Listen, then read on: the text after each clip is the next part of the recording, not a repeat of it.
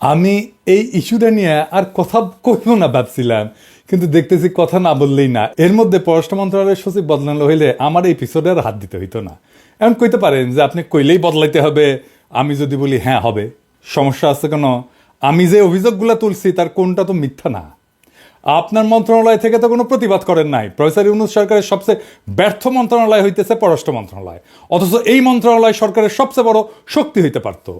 তো আমরা কি ছাইরা দিব আপনাদেরকে বিপ্লবকে ব্যর্থ করার জন্যে? আপনার কি জমিদার আর আমরা প্রজা, নাকি আমরা আপনার চাকরিদাতা?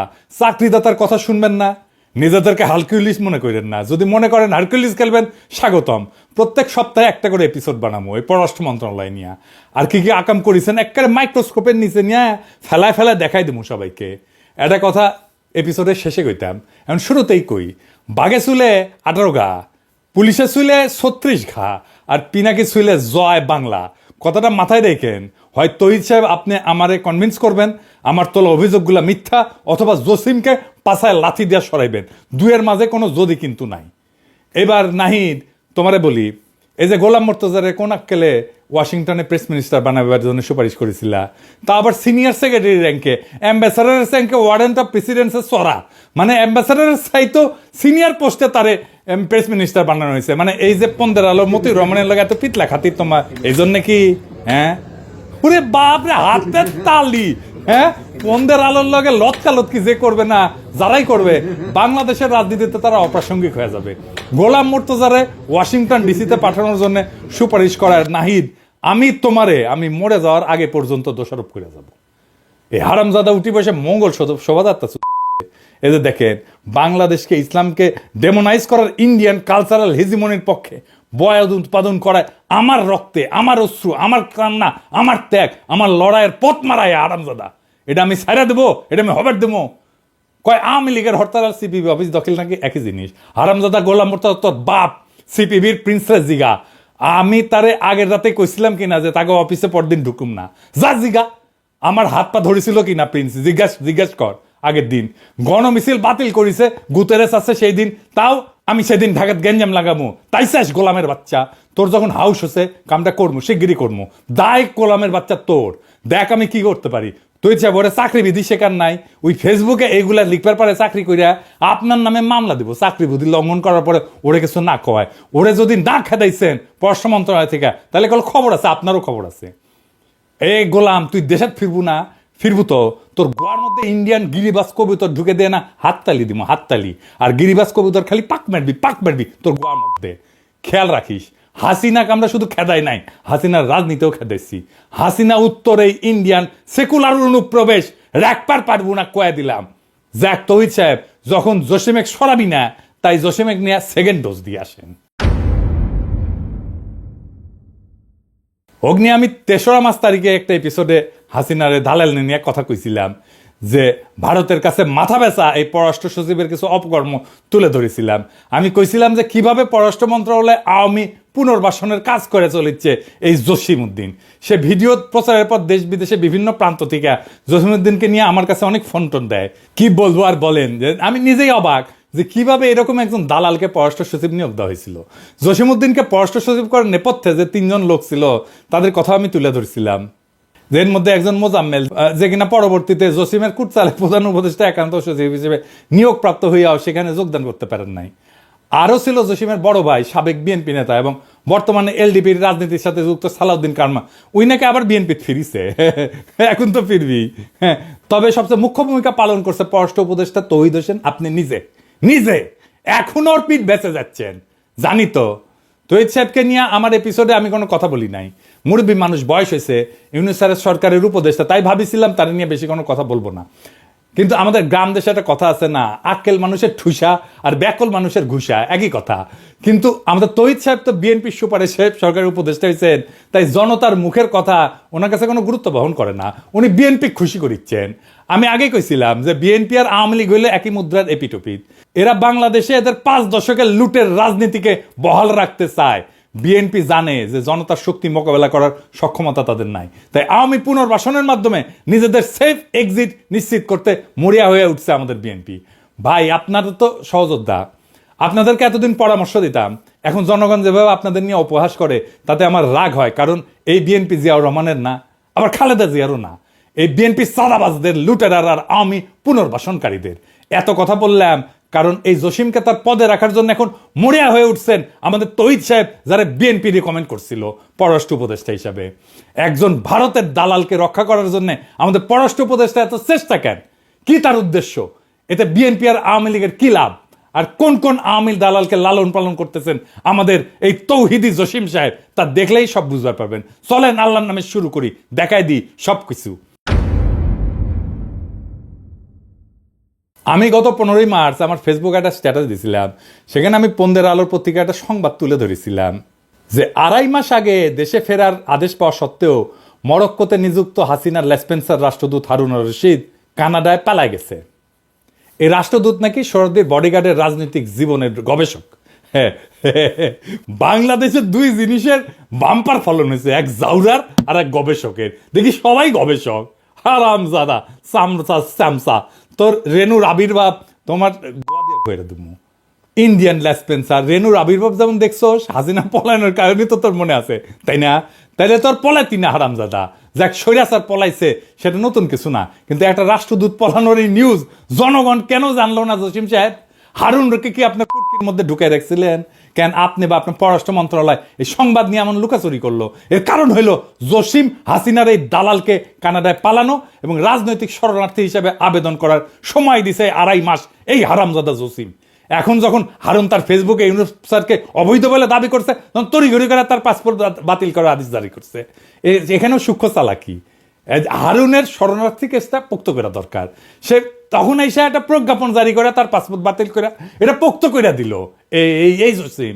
এখন হারুন আদালতে যায় বলবে যে আমার কোনো পাসপোর্ট নাই, আমার যাওয়ার কোনো জায়গা নাই, তাই আমার শরণার্থী হিসেবে কানাডায় থাকতে দেওয়া হোক। কেস ফাইনাল করে দিল জসিম। বাহ, কি চমৎকার!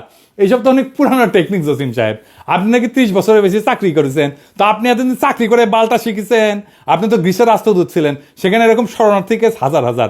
আপনি যদি এই টেকনিক সম্পর্কে না জানিয়ে থাকেন, তাহলে আপনি একটা বোকা এবং বেকুব পররাষ্ট্র সচিব। আর যদি তা না হন, তাহলে আপনি 2025 সালের সেরা রাষ্ট্রদ্রোহী, যিনি পতিত স্বৈরাচারের এজেন্টকে পালানোয় সহায়তা করছেন এবং তার রাজনৈতিক আশ্রয় পাওয়ায় সহায়তা করছেন। এমন না যে কানাডার কেস আপনার জন্য নতুন ছিল। আপনার আগের পররাষ্ট্র সচিব মাসুদ বিন মোমেন, ওই যে মিথিলা ফারজানা আছে না, আর অপর্ণা রানী পালকে কূটনৈতিক পাসপোর্ট বদলায় কানাডা পালানোর সুযোগ করে দিছিল না? এটা দেখে কি আপনি কিছু শিখতে পারেন নাই, নাকি আপনি ওটা দেখে শিখেছেন? হ্যাঁ, আপনার মাথায় নতুন বুদ্ধি আসিছে যে হাসিনার দালালদের পালানোর সুযোগ করে দেওয়ার। আপনার যে জাউরা কইছিলাম না, কম কইছিলাম। আপনি আসলে একটা বিশ্ব জাউরা। জাউরামিতে আপনি বিশ্ব তালিকায় স্থান পাবেন। আলহামদুলিল্লাহ, বাংলাদেশের একজন জাউরা অ্যাটলিস্ট পৃথিবীর সেরা হয়েছে। কিন্তু সমস্যা হলো আপনি জাউরা, কিন্তু মাথায় কোনো বুদ্ধি নাই।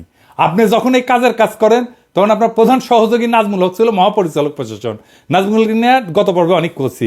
পাক্কা আওয়ামী পরিবার থেকে উঠে আসা কর্মকর্তা নাজমুল, যাকে মাসুদ বিন মোমেন গোপনে মহাপরিচালক প্রশাসন বানায় যায় আওয়ামী লীগপন্থী অফিসারদের সেফ প্যাসেজ দিতে। জসিম নাজমুল সিন্ডিকেট তাদের 5 মাস সময় হারুনের মতো আর কি কি অপকর্ম করেছে তা আস্তে আস্তে প্রকাশিত হবে। আমার কাছে খবর আসিচ্ছে। যাই হোক, এটা পরে আসিচ্ছি। পররাষ্ট্র মন্ত্রণালয়ের মেরুদণ্ড আর কর্মকর্তাদের মনোবল ভেঙে দিয়া ভারতের বিপক্ষে একটা দুর্বল কূটনীতি গড়ে তোলায় এই আপনাদের মিশন, তাতে কোনো সন্দেহ নাই। তৌহিদ জসিমের মিশন এইটা। কেমন পররাষ্ট্র সচিব সুপারিশ করলেন আপনি তৌহিদ সাহেব? মানুষ চিনতে না পারেন, কিন্তু দালাল চিনতে না পারলে তো এই সরকার আপনার জায়গা থাকা উচিত না। দালাল চিনতে না পারলে আপনি নতুন বাংলাদেশের জন্য কি অবদান রাখবেন? জসিম সাহেব, আপনি কেমনে জানলেন যে আমি পিনাকি আপনার এই চালাকি ধরবে পারবো না? আমি তো হাসিনার নির্যাতনে ফ্রান্সের শরণার্থীর আবেদন করেছিলাম। আপনার তো জানা দরকার ছিল, যার কেউ বুঝুক না বুঝুক, আমি অন্তত আপনার এই ধান্দাবাজি ধরবে পাবো। হারুনের পালানো আপনার অগোচরে হয় নাই জসিম সাহেব। এই গল্প অন্যদের শুনায়েন, আমারে না। আমরা আপনার গল্প বুঝবার পারিছি। গোয়েন্দা সংস্থা দিয়া আপনার বা আপনার সহযোগীদের মোবাইল ফরেন্সিক করলে হারুনের সাথে আপনার যোগাযোগের স্পষ্ট প্রমাণ পাওয়া যাবে। আমি নিশ্চিত করে কইবার পারি।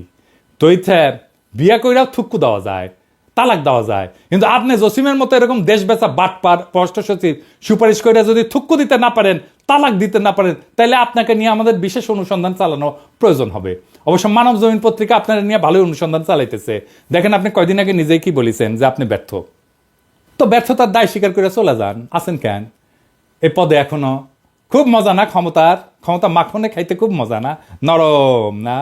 হ্যাঁ, ব্যর্থ হইয়া জনগণের টাকা বেতন নিতে লজ্জা লাগে না তহিদ সাহেব আপনার? জসিমের মতো একটা হাসিনার দালালকে কেন আপনি সুপারিশ করেছেন? কেন তার সব অপকর্ম ঢাকার জন্য আপনি এত মরিয়া? কি উদ্দেশ্য আপনাদের? আসেন সেটা একটু দেখি। জসিমের মূল উদ্দেশ্য বোঝার জন্য বেশি দূর যাওয়া লাগবে না। গত 18 অক্টোবর 2024 সালে বাংলা ট্রিবিউনে একটা সাক্ষাৎকার ছাপা হয়। সেটি উনি কি কইছেন সেটা না দেখি। উনি কইছেন, অন্তর্বর্তী সরকারের সফলতার উপর বাংলাদেশের ভবিষ্যৎ পররাষ্ট্রনীতি কতটুকু শক্তিশালী হবে সেটি নির্ভর করছে। অন্তর্বর্তী সরকারকে বিদেশিরা গভীর আগ্রহ নিয়ে পর্যবেক্ষণ করছে এবং একই সঙ্গে এই কাজে আন্তরিকভাবে সহায়তা করতে চাইছে। এর অভীষ্ট ফলাফল হচ্ছে নির্বাচনের মধ্য দিয়ে পরবর্তী যে সরকার আসবে তাদের সঙ্গে বিদেশিদের সম্পর্কের অন্যতম নির্ধারক হবে দেশীয় সংস্কারের সাফল্য। হারামজাদা বিশ্বজাদা, নির্বাচনের জন্য একেবারে পাগল হয়ে গেছো। হ্যাঁ, একেবারে বিএনপির কেস ফলো করিচ্ছ না? বিএনপির লিখে দেওয়া টেক্সট না? নির্বাচনের পরের সরকার কি করবে এটা ভাবার তোর কাজ? জসিমকে নিয়ে করা আগের পর্বে আমি বলছিলাম যে বাটপার এখন বিএনপিকে ক্ষমতা আনার জন্য পাগল হয়ে গেছে, আর সেই সাথে বাস্তবায়ন করতেছে ইন্ডিয়ান প্রেসক্রিপশন, যেটা হলো ইউনূস সরকারের দ্রুত বিদায় আর আওয়ামী লীগের পুনর্বাসন করা। আগের পর্বে আমি বলেছিলাম না যে জসিম এই সরকারের লেজিটিমেসি আর বিপ্লবের ন্যারেটিভ নিয়ে কোনো কাজ করে নাই?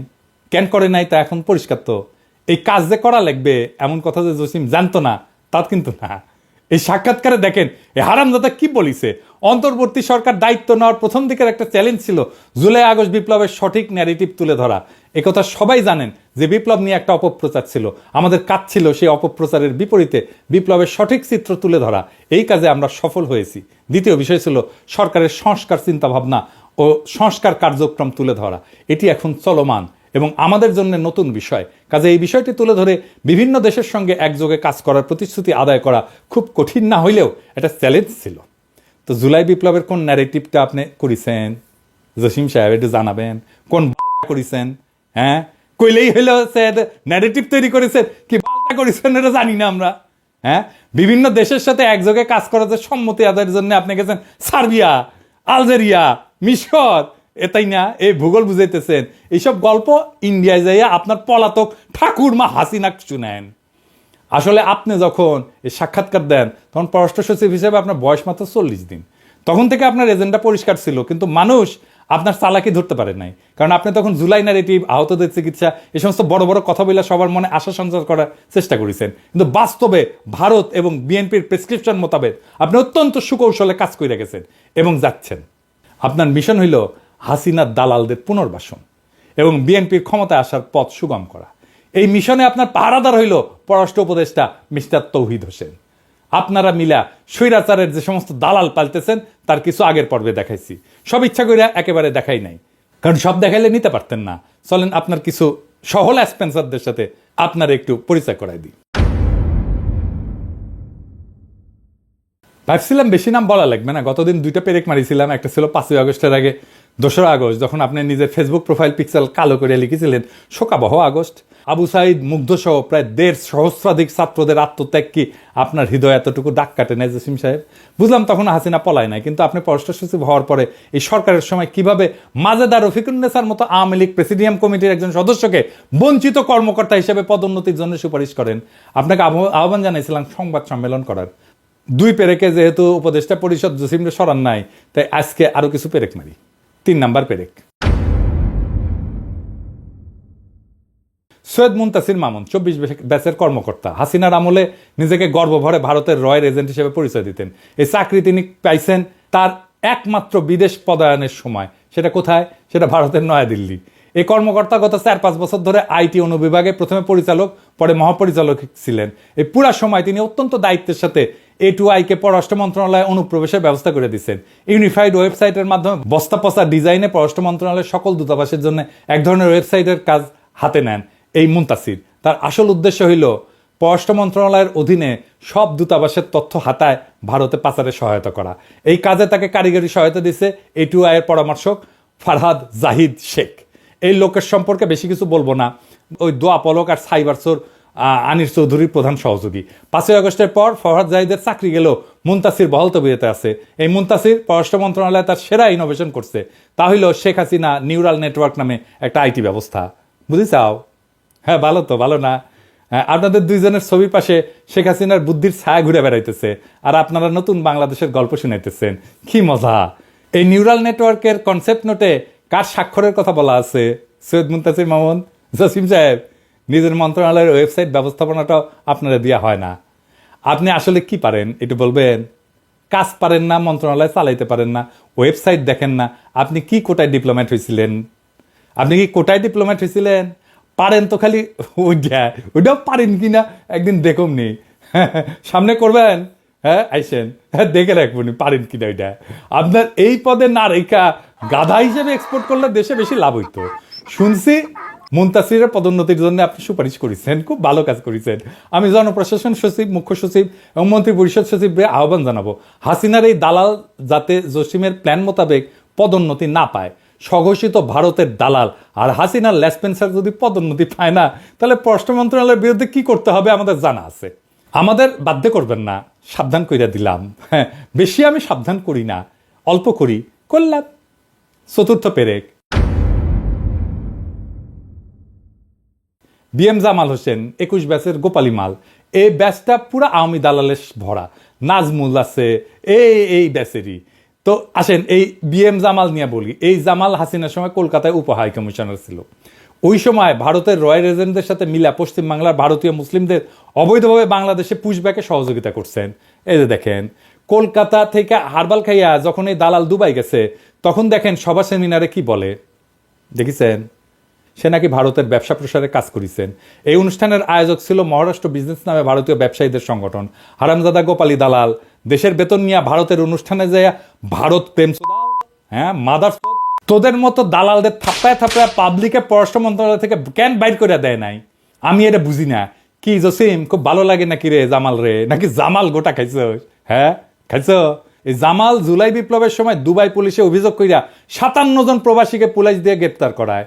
জামালের বিরুদ্ধে প্রবাসীরা অভিযোগ জানায় আমাদের প্রবাসী কল্যাণ উপদেষ্টা আসিফ নজরুলের কাছে। সেই অভিযোগে উল্লেখ করে পররাষ্ট্র মন্ত্রণালয়কে একটা চিঠি পাঠায় প্রবাসী কল্যাণ মন্ত্রণালয়। এই যে এটা কিন্তু তৌহিদ জসিম গং মিলা সেই চিঠির কোনো ব্যবস্থা না নিয়ে জামালকে মহাপরিচালক পদে বসাইছে, দায়িত্ব দিছে আফ্রিকা অনুবিভাগের। বাহ জসিম বাহ, বিপ্লবের বিপক্ষে তোমার স্পষ্ট অবস্থান প্রমাণে আর কি লাগবে? প্রবাসী ভাইয়েরা দেখেন পররাষ্ট্র মন্ত্রণালয় আপনাদের কি উপহার দিতেছে, দেখেছেন? দেখেছেন? আপনার পয়সায় আপনারে বাম্বুজে দেয়, তারে নিয়ে আসে পদায়ন করে এই তৌহিদ সাহেব। আমরা বিভিন্ন সময় আসিফ নজরুল মাহফুজদের ভুল বুঝি, বিপ্লবের সাথীদের ন্যায় বিচার নিশ্চিত করতে না পারার জন্য অভিযোগ জানায়। কিন্তু এই জসিমের মতো ঘাপটি মেরে বসে থাকা দালালদের কারণে পুরা সরকারের বদনাম হয়। এই জামাল নিয়ে তুমি যে কামাল করিস জসিম, সেই অপরাধে তোমার জামাল গোটা 2 বেলা প্রেসক্রিপশন দিয়ে দিলাম। জনতা আসবে তোমার ওষুধ নিয়ে, গেটে পুলিশ বাড়াইতে বল, আর লক্ষণ সেনের মতো পালানোর জন্য পিছনের গেট খোলা রাখ, দেখ পিছে গেট খোলা আছে কিনা। পঞ্চম পেরেক, সারোয়ার আলম 31 ব্যাচের কোটার মাল। বাড়ি কুড়িগ্রাম, আমার বাড়ির পাশে। পরিচয় সাবেক ছাত্রলীগ। এখানেই শেষ না, এই লীগের প্রোডাক্ট পররাষ্ট্র মন্ত্রণালয় থেকে পেশনে হাসিনার সহকারী প্রেস সচিব হয়েছিল। সাধারণত প্রেস উইংয়ে পেশাদার সাংবাদিক আর বিসিএস এর তথ্য কেন্দ্রের কর্মকর্তা পদায়ন করা হইলেও সারোয়ার হইল আওয়ামী বিশেষ কোটায় পদায়িত কর্মকর্তা। শোনা যায় এলাকায় নাকি 2029 সালে নির্বাচন করার প্রস্তুতি নিচ্ছিল। আমি খোঁজ নিছি, কথা সত্য। কিন্তু হাসিনা যখন পলাইছে তখন তো সরার পলাইতে পারে নাই। সে পররাষ্ট্র মন্ত্রণালয়ে যোগদান করতে আসলে তাকে তো বরখাস্ত করে পুলিশে দেওয়ার কথা ছিল। কিন্তু আমাদের হারকিউলিস জসিম সাহেব এই সারোয়ারকে পরিচালক পদে পদোন্নতি দিয়া পররাষ্ট্র মন্ত্রণালয়ে সসম্মানে যোগদান করায়। কি আর বলবো, এভাবেই চলিতেছে আমাদের পররাষ্ট্র মন্ত্রণালয়। শেষ কথা গত পর্বেই কইছি, জসিমকে জয় বাংলা করতে হবে, এর কোনো বিকল্প নাই। আমি ইউনিস স্যার আর পুরো উপদেষ্টা পরিষদকে আহ্বান জানাইতেছি, জসিমকে পররাষ্ট্র সচিব পদ থেকে অপসারণ করে ডিবি অথবা ডিজিএফআই হস্তান্তর করেন, ওর মোটিভ অনুসন্ধান করেন, ওর মোবাইল ফরেন্সিক করেন, ব্যাংক হিসাব নেন, পুরা পরিবারের দুদককে বলেন সবকিছু দেখতে। আওয়ামী লীগের দালালদের পুনর্বাসন কইরা আর হাসিনার লেসপেন্সারদের বিদেশে পলায়ন, পদোন্নতি থেকে শুরু করিয়া যেসব কাজ এই জসিম করিছে, তাতে এই জনগণের ট্যাক্সের টাকায় ভাত খাওয়ার আর কোন সুযোগ তার জন্য নাই। এই ভারতের দালাল, এই ভারতের প্রেসক্রিপশনে চলে, প্রত্যেক দিন সে ইন্ডিয়ার সাথে কথা বলে। আপনি খোঁজ নিয়ে দেখেন। স্যার, জসিম জান আপনার সাথে চীন সফরে না যায়। চীন সফরে পররাষ্ট্র মন্ত্রণালয়ে যত কর্মকর্তা যাবে প্রত্যেকের বিষয়ে অনুসন্ধান চালাবেন। জসিমের কোনো বিশ্বাস নাই। সে হাসিনার চীন সফরের কথা জানে, সব কথা জানে। চীন সফর থেকে ফিরে আসা এই কথা যে ভারতের কাছে পাচার হবে তার কর্মকাণ্ড থেকে নিশ্চিত হওয়া যায়। ওই সব কিছু কয়ে দিবে যে কি কি করেছেন আপনি। আর এত কিছুর পরে যদি আপনারা জসিমকে সরাইতে না পারেন, তাহলে আমার অনুরোধ, যে সমস্ত আওয়ামী লীগের কর্মকর্তাদের আপনারা চাকরি থেকে বরখাস্ত করেছেন, বাধ্যতামূলক অবসর দিচ্ছেন, তাদের চাকরি ফিরিয়ে দেন। জসিম নাজমুল গঙের মতো আওয়ামী দালালদের শপথে রেখা অন্য ক্যাডারের আওয়ামী দালালদের চাকরি থেকে অপারেশন করলে তাদের প্রতি বৈষম্য করা হবে। তা আমরা তো এত বৈষম্যের বিরুদ্ধে এত রক্ত দিলাম, এত প্রাণ দিলাম। যদি জসিম বাংলাদেশে পররাষ্ট্র সচিব থাকে, তাহলে সব আওয়ামী লেসপেন্সারদের দেশে নিয়ে আসেন, জনতা তখন তার বকে আদায় করে নেবে। জসিমের মতো ভারত, হাসিনা, শেখ পরিবার আর আওয়ামী লীগের কোনো দালাল যদি তার দালালি চালায় যায়, তাহলে এই নতুন বাংলাদেশে তার আর কোনো জায়গা নাই। পররাষ্ট্র সচিব যদি জসিম থাকে, তাহলে এর থেকে এই সরকারের আর লজ্জার কিছু থাকতে পারে না। জনতার টাকায় জসিমের আর বেতন হবে না, জনতার সাথে আর কোনো প্রতারণা না। আর ছাত্র জনতার সাথে প্রতারণা করে জসিম যদি পররাষ্ট্র সচিব থাকে, তাহলে বিপ্লবের পক্ষে পররাষ্ট্র উপদেষ্টার কি অবস্থান তা জনগণ বুঝে নেবে। আমার চাওয়া সামান্য, জসিম রে খেদাইবেন তো ইচ্ছা। এই ডোজে যদি কাম না হয়, পররাষ্ট্র মন্ত্রণালয় আমি ঘেরাও করাবো, একজন একজন করে ধইরা এইভাবে জয় বাংলা করতে থাকবো। পররাষ্ট্র মন্ত্রণালয়ে বাংলাদেশে ভিলেন বানায় দেবো। প্রেস সচিব শফিক, ওরে দেখে শেখেন। গ্রামে গিয়েছিলাম, আমাকে একজন, ভাই আপনাকে কিন্তু এই গণশত্রু বলেছেন। গ্রামের একটা লোক, ফার্মার, খুব শিক্ষিত না, উনি জেনে গেছেন যে আমি একজন গণশত্রু। ওরে কি করেছিলাম, মাটি ধুতে দিছিলাম একেবারে, ওরে মাপ করেছি, ওরে কোনটি টেনে নামাইছিলাম দেখেছিলেন তো, ওরে মাপ দিছি তো সাহেব, আপনি মাপ পাবেন না। আসেন, খেলা হবে জনগণ বনাম কায়নি আমলা ভারতের দালালেরা, দেখি কার দম বেশি। ইনকিলাব জিন্দাবাদ।